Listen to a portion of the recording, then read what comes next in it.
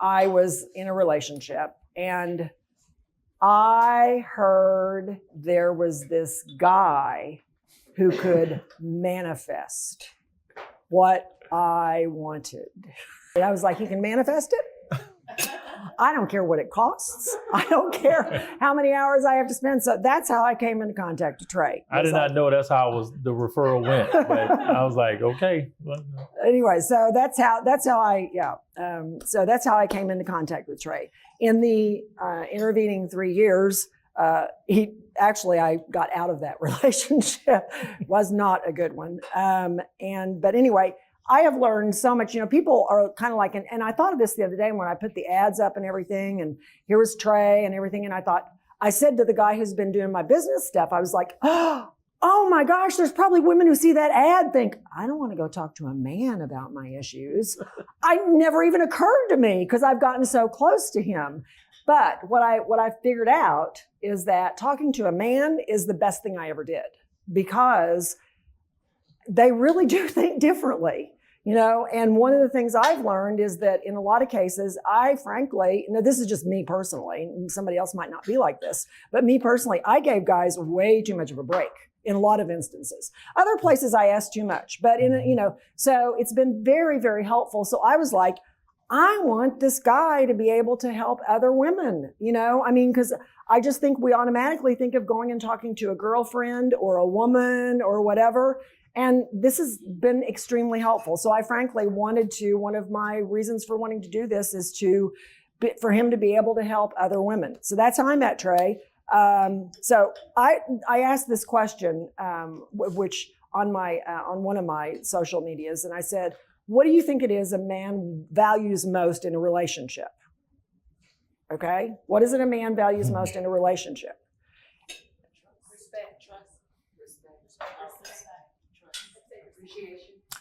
Trust. Peace and trust. Yeah. And can you explain the trust? Yeah, if you'll explain the trust part. When we talked about this, I was like, the trust not so much has to do with, you trusting him, but he can trust you with his vulnerable side, when the armor comes off. Because deep down, most men, we know we kind of go through the world wearing this, sort of coat of armor. And we really want and looking for somewhere where we can take that off. Who can we trust, right? And it's one of the most valuable things that when you find someone where this transcends physical attraction, money, everything, because at the end of the day, it's the safest love that a man can get that's somewhat resemblance of the love he got from his mother, which is the love where even if you are not at your best today, she will still make you your favorite food, your favorite meal. She will still say, it's okay, baby. I believe in you. I know you can do this. And it's not that easy to come by, and you can't get it on the first date. It has to evolve. Something has to develop. So, yeah.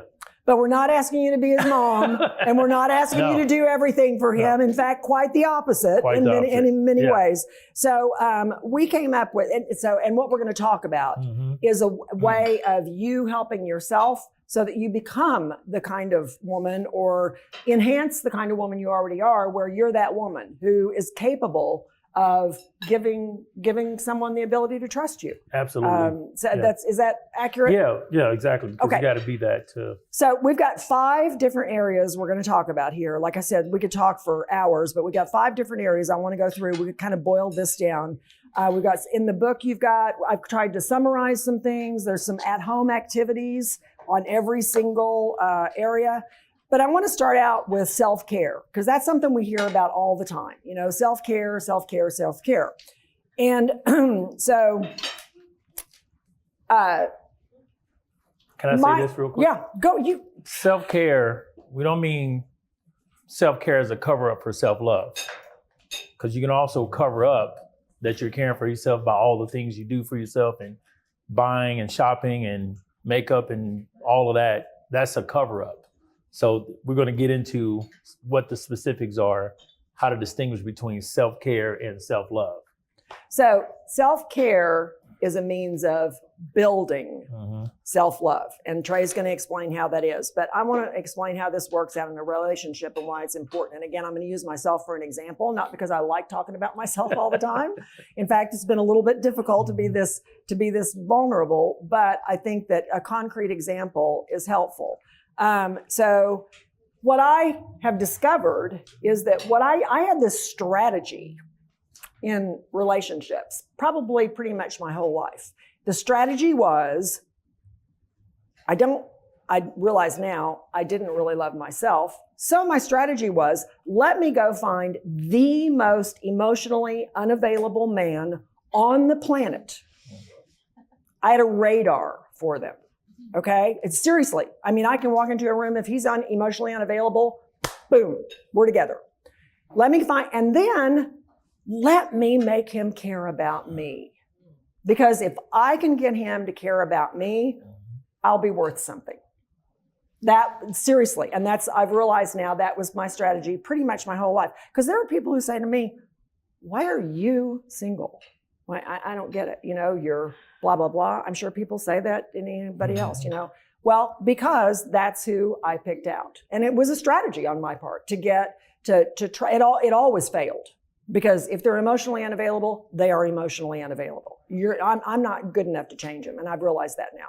But that was my strategy. So the reason I'm saying that is because we had to start with working on my own feelings about myself and my self-love. So where we started was with self-care. Right. And things like, and I'm gonna give a couple examples, and then I'm gonna let Trey explain how self-care builds self-love. Because you hear about it all the time.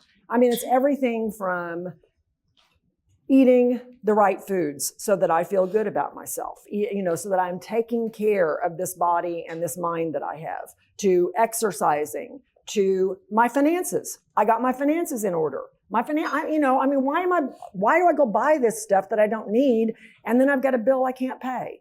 So all the areas of taking care of myself, finances, food, journaling. I journal every single morning. I get up, and doing that, I promise you, is life-changing. Every single morning, it's the first thing I do, because it helps me figure out where I am in my head and what is it I really want to accomplish that day? What are my intentions? So we started working on all those self-care things. Now, how does all that build self-love? And what's the significance in terms of self-love and a relationship? I can reference what Stephanie was saying. I honestly, just her sharing covered so many things of how she explained where she was getting these relationships. Your choices are better, right? So that self-care is huge, because it will help to modify your choices. You will choose based on what is healthy for you, what's right for you, versus, I'm ravenous. I want anything to make me feel better. So these things are like your mind, your soul calling out to you like, hey, you know, give me some attention. Pay yourself first. You know, how she was talking about taking care of the finances, like, pay yourself first. That's a part of it. It's the same thing. Pay yourself physically. Do your exercise. Why? Because it's going to give you energy. It also releases stuck energy and tension in the body. Your breathing, you know, being able to take more air. And it also makes you feel like I'm worthwhile. Exactly. Right. I'm worthwhile. Yeah. So all of this. I mean,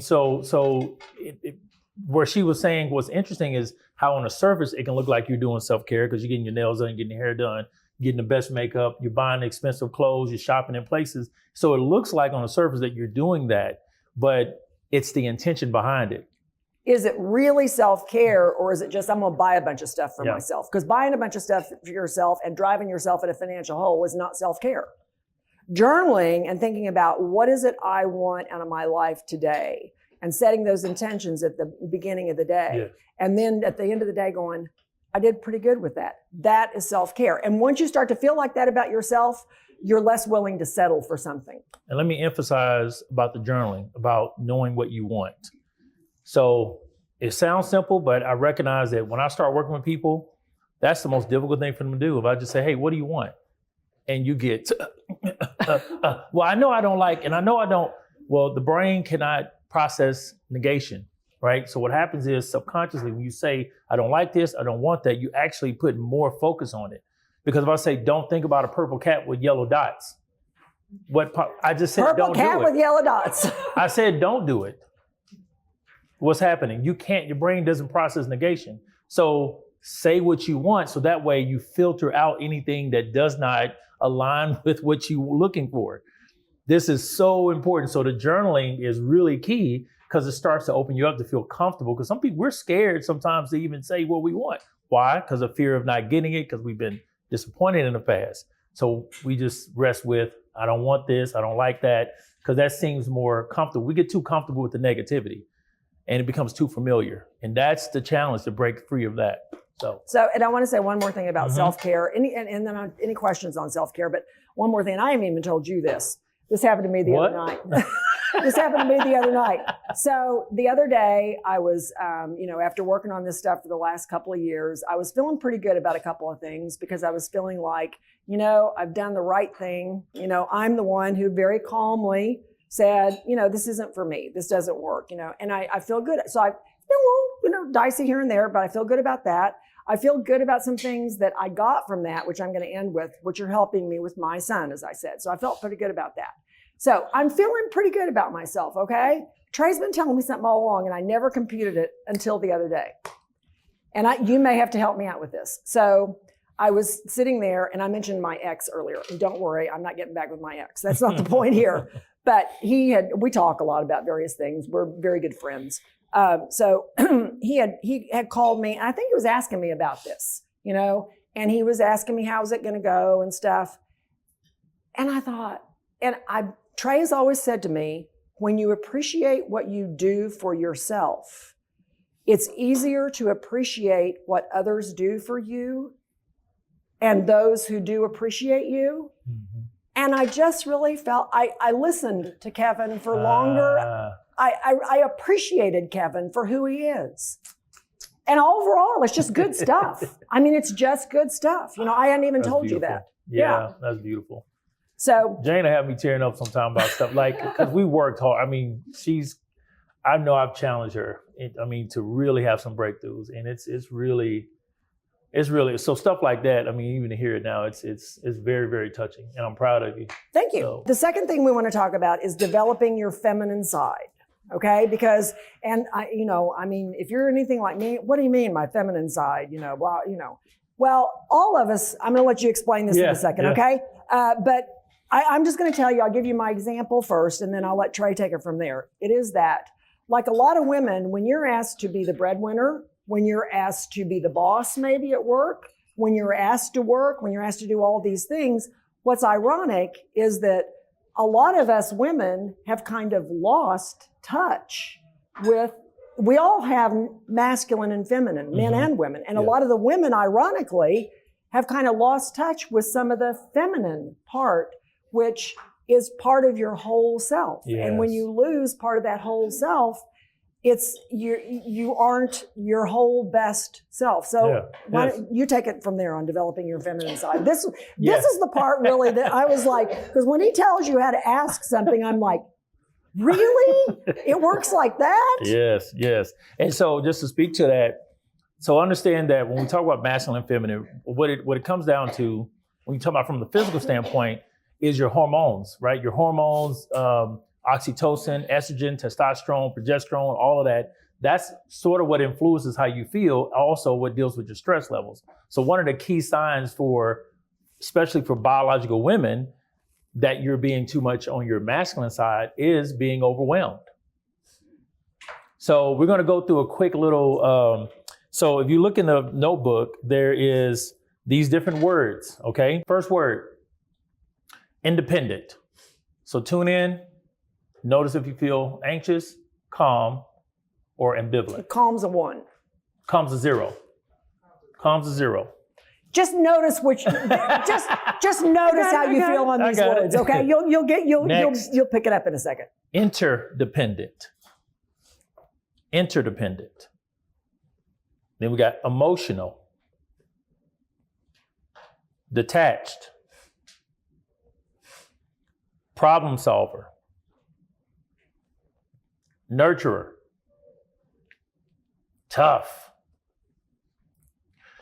Vulnerable. competitive, cooperative,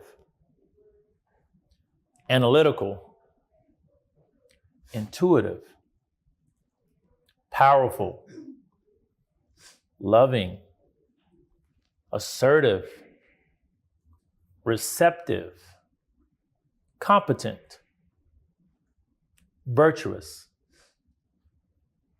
confident, trusting, accountable, responsive, and the last two are goal-oriented or relationship-oriented. Anybody notice any pattern with yourself? So what that reveals, okay, so if you have been conditioned yourself to be more driven through the masculine side of you, then anything that's on the feminine side is like a weak muscle. It's like you've been training your right side of your body and someone says, hey, you ever stand on your left leg before? And then what you're gonna do is shift your weight back to the right. So you've been overcompensating.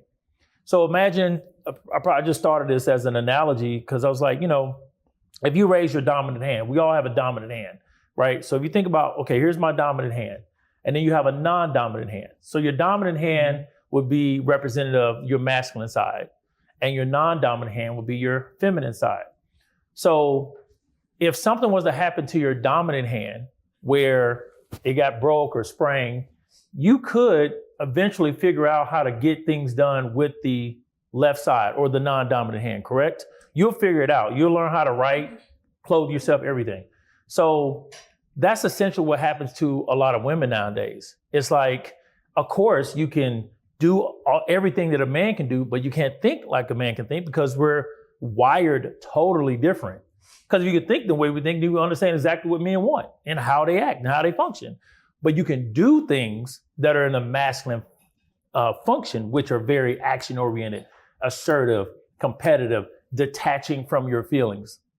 When you can't express and connect to your feelings, like this is actually activating your oxytocin, being in this environment. This is a very feminine-based activity. So she's trying to create these scenarios or these moments where you can be and start opening yourself up to that. But when you have that anxiousness, that just shows you how overcompensating you've been compensating most of your life. So that should feel, trusting should be like, oh yes, going to get a massage. You trust that someone is going to take care of you, getting in a tub. So that's why going back to the self-care activities, there's a way to activate that. But then when you move into a relationship, being able to trust someone to care for you. Most men, and I'm going to say most, but because I'm basing it off of biological wiring, how we're hardwired. It's just not going to change overnight. So that means that men in general have a deep need, critical need. Let me make it critical that we're driven by success, and our success and our sense of manhood comes from your smile, from pleasing you. And the way, and in the language of men, we like direct and minimize the guest. So if you don't say anything and we go on a date, I'm going to pick a place that was based off the previous woman. It's a roll of the dice because I don't really know what you want, but some women seem to like this place. I've taken a few women there, they liked it, but what if that's not your environment, or well, you don't enjoy that? So by sharing with me specifically, I really like, if I would love to go out this weekend. And if you would like to take me out, what I would love is, I love Italian and I love seafood. And there's two restaurants that I just really love. Like, you just can't go wrong. Oh, really? Okay. So I'm going to win. I know I'm going to win now because she gave me two options. Either one I pick, she's going to be pleased.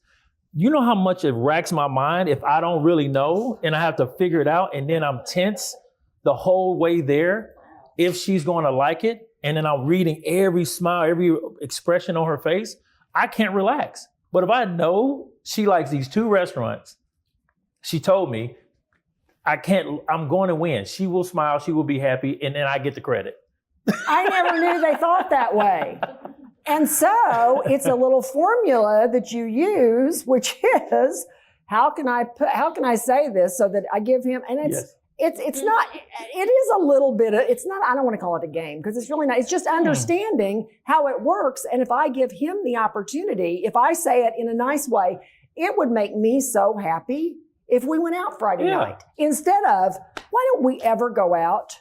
That is, that has the opposite effect. I failed. Because men do more of what they're good at, less of what they're not. I'm going to say it again. Men do more of what we're good at, and we do less at what we're not.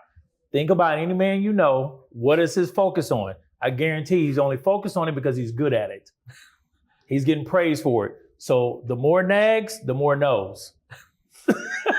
So it's just a turn of the phrase. Instead of saying, we never go out, you've already told him he's failed. Yeah. He doesn't want to fail.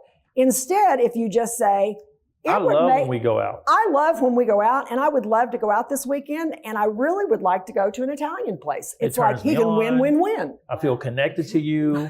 I feel so open. I feel like you're just, the best man. All of these. So you're like, okay, I'm winning. I'm succeeding. Because we're literally driven by success. That's what makes a man feel competent. Honestly, it's women that make men feel competent, not other men. Men don't really know you're a man until a woman who's close to you gives you the confirmation. That's the power women have. You want to be powerful? That's how you get a man to do anything. See what I told you about listening to a guy on all this stuff? I learned all kinds of stuff.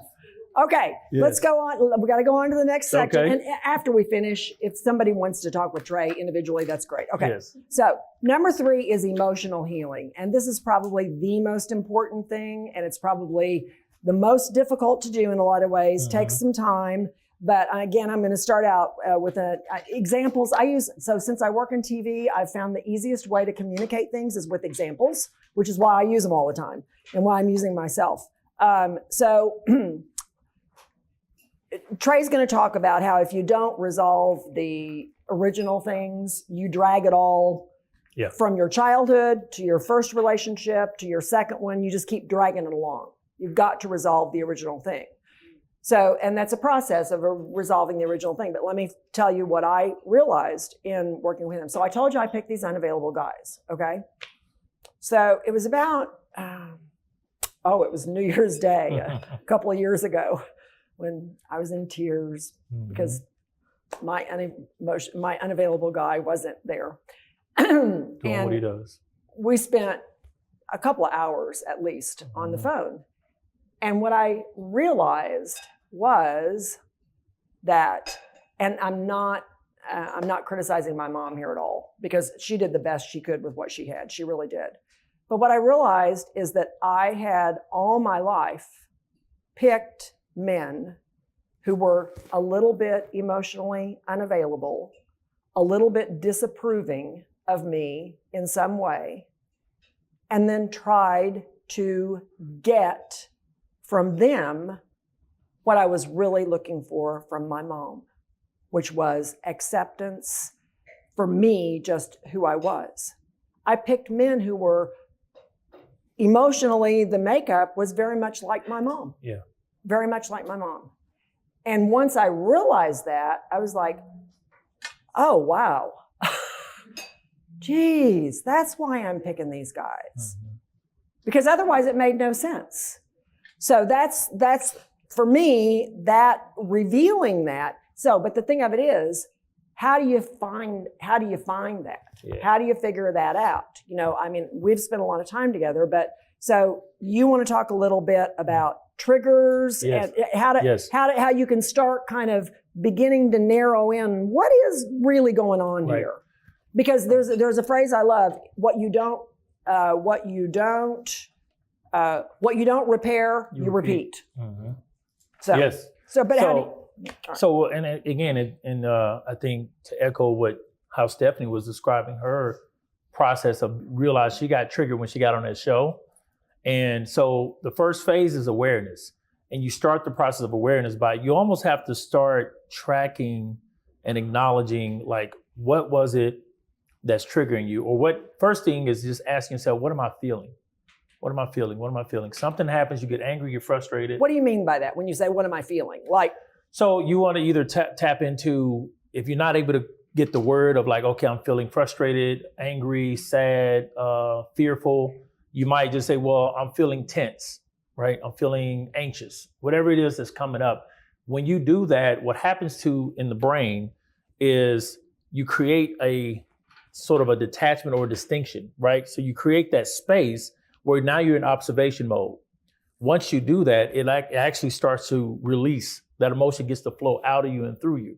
So you start to track the things that you feel and then go through, what am I believing? What's the story that's supporting the feeling that I'm having? I believe that I'm not loved. I don't think I'm not feeling important right now. Like if someone cuts you off in traffic, I mean, just that quick, if you get frustrated and you go, oh man, I'm angry right now. Why am I so angry? What's making me angry? I think this person cutting me off, and then all the stuff that's been going on today, I feel like that person made me feel like I'm not important in that short moment. Because that's your body, your soul, your emotional body trying to get your attention, that you need to tend to something, okay? So you start tracking that for usually, it sometimes take a couple weeks, but you start seeing a pattern. What Jane has done, she has completely interrupted the pattern. She started to break that generational cycle because she's had awareness. Her mother didn't get work done like this. She didn't go and start thinking about it. So it just became the collateral damage, right? And that's typically what happens. Most people don't figure this out in time. You just have a trail of like tears. right. But no, I didn't go into a room and say, oh, there's somebody unavailable. All I know, but I did. I guarantee you, though, if I walked into a room, if 500 men, and he, I think, had the same unconscious attraction to me. Oh, yeah. He knew 500 men. He and I would walk straight for each other every single time. Like qualities attract like qualities. Yeah. And yeah. And it would just happen over and over and over until I was like, oh, okay, I'm tired of this, you know. Yeah. So can you manifest? Can you manifest this? That was my last ditch attempt. Can you manifest this for me? Okay. So let's go. There's at home exercises on triggering and stuff like that. Okay.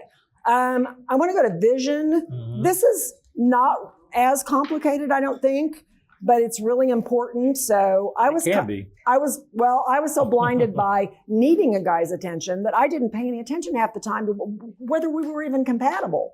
So, you know, and looking at it now, I'm thinking we could never live together. There are like 18 things where we don't even get along. This is your GPS. Yeah. The vision is your GPS. And you said what is it, in 10 years? Oh yeah, that's kind of a general rule of thumb, right? So sometimes you have to, I'll say, play the tape all the way out and say, okay, in 10 years, if this doesn't change, this behavior, this situation with this person, will I be okay? Will I be okay? Will I be able to accept this? Or will I have regret? And the answer is that, no, I won't be okay. Then you know that you're tolerating something because you hope that it's going to change. You think you're going to change it. You think if you love enough, be a certain way, or stop doing this or whatnot, that's going to fix it.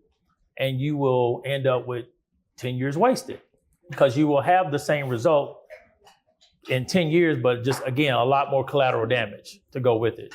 So if you can kind of forecast, but you got to know yourself. So this is why all these pillars have to go together.